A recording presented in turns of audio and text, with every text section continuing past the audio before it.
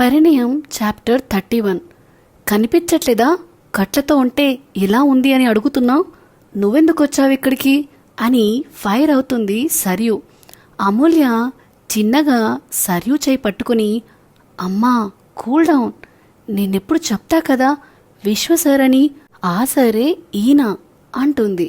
Sir నేను చెప్తా కదా మీకు గాడ్ గిఫ్టెడ్ మదర్ అని. తనే తిను మా అమ్మ అనగానే సరియు కోపంని కంట్రోల్ చేసుకుంటుంది.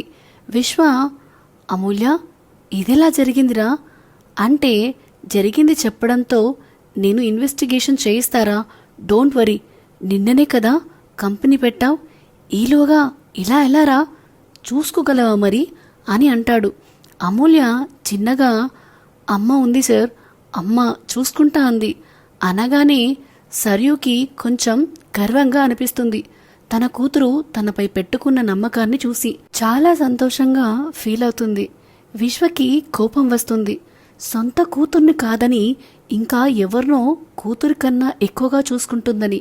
కానీ అమూల్య ఆలోచనలంటే విశ్వకి చాలా ఇష్టం. తనని చూసిన ప్రతిసారి నా కూతురు అమూల్య అయితే బాగుండు అనుకుంటాడు. అమూల్య సిన్సియారిటీ ఇంకా హార్డ్ వర్కింగ్, డెడికేషన్ అంటే చాలా ఇష్టం తనకి. కానీ అంకితని చూశాక తన కూతురయ్యే అవకాశం లేదు అనుకుంటాడు. తనకి తెలుసు తన చిన్న కూతురు పుట్టగానే కొన్ని గంటలకే చనిపోయిందని. లక్కీనే బాగా చూసుకుంటాడు, ఒక్క కూతురైనా బాగా చూసుకుందామని.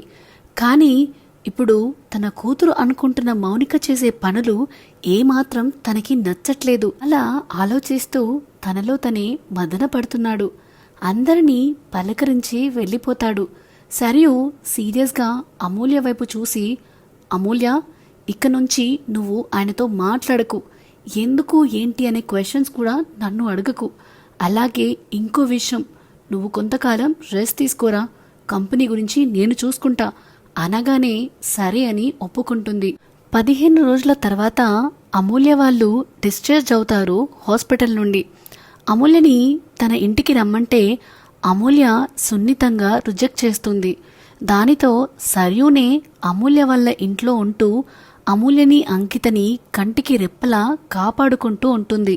జానుని ట్రీట్మెంట్ కోసం సరియు జాహ్నవిని భాస్కర్ని అబ్రాడ్ పంపిస్తుంది.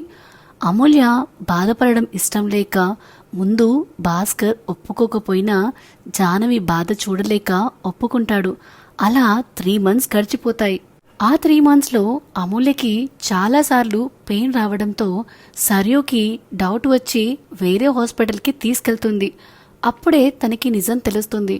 అమూల్యని ట్రీట్ చేసిన డాక్టర్ ఒక ఫేక్ డాక్టర్ అని, ట్రీట్మెంట్ సరిగ్గా చేయకపోవడం వల్ల ఇబ్బంది పడుతుంది అని, మళ్ళీ సర్జరీ చేయాలి అని, ఈసారి చాలా కాంప్లికేషన్స్ ఉంటాయి అని చెప్తారు. అంకిత కోపంగా డాక్టర్ క్యాబిన్కి వెళ్ళి వాడిని కోపంగా కొడదామని చూస్తే టైంకి సరియు ఆపి, అంకిత నువ్వు పోలీస్వి, ఇలా చేయకూడదు, వీడి సంగతి ఇలా చూసుకోవాలో నాకు బాగా తెలుసు అని వాడి డాక్టర్ లైసెన్స్ని క్యాన్సిల్ చేయించి తన గార్డ్స్తో జీవితంలో ఒకరికి తను డాక్టర్ అని చెప్పుకోవడానికి కూడా భయపడేలా చేస్తుంది. తర్వాత ఈ మ్యాటర్ ఆర్యన్కి తెలిసి కోపంగా వాడి అంతు చూస్తాత్తా అంటాడు. సరియు వద్దురా నేను చూసుకున్నా కదా అని అంటుంది. ఆర్యన్ లేదత్తా, ఒక్క ఛాన్స్ ఇవ్వు, మళ్ళీ వాడు అమూల్య వైపు చూడడానికి కూడా భయపడేలా చేస్తాను, తనకి ప్రాబ్లం రానివ్వనత్తా అని అంటాడు. సరియు సరే అని వదిలేస్తుంది. ఆర్యన్ తన స్టైల్లో మంచి ట్రీట్మెంట్ ఇస్తాడు.